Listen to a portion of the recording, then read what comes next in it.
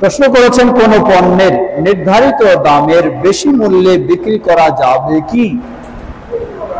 জবাব, কোন পণ্যের নির্ধারিত দামের বেশি মূল্যে বিক্রি করা ব্যবসার উদ্দেশ্যে যিনি বিক্রি করবেন, এই পণ্যটা তার নিয়ে আসতে, ক্রয় করতে ক্যারিং খরচ বা ইত্যাদি যদি নির্দিষ্ট দামের চেয়ে বেশি হয়ে যায়, তাহলে তো তার জন্য সেই বেশি বিক্রি করা বৈধতা রয়েছে।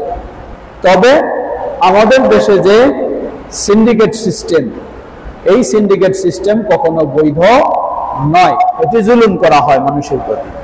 একটা কৃত্রিম সংকট তৈরি করে সবকিছু বাড়ায় দিয়ে মানুষের উপর জুলুম করা হয়, এটি কখনো বৈধ হবে না।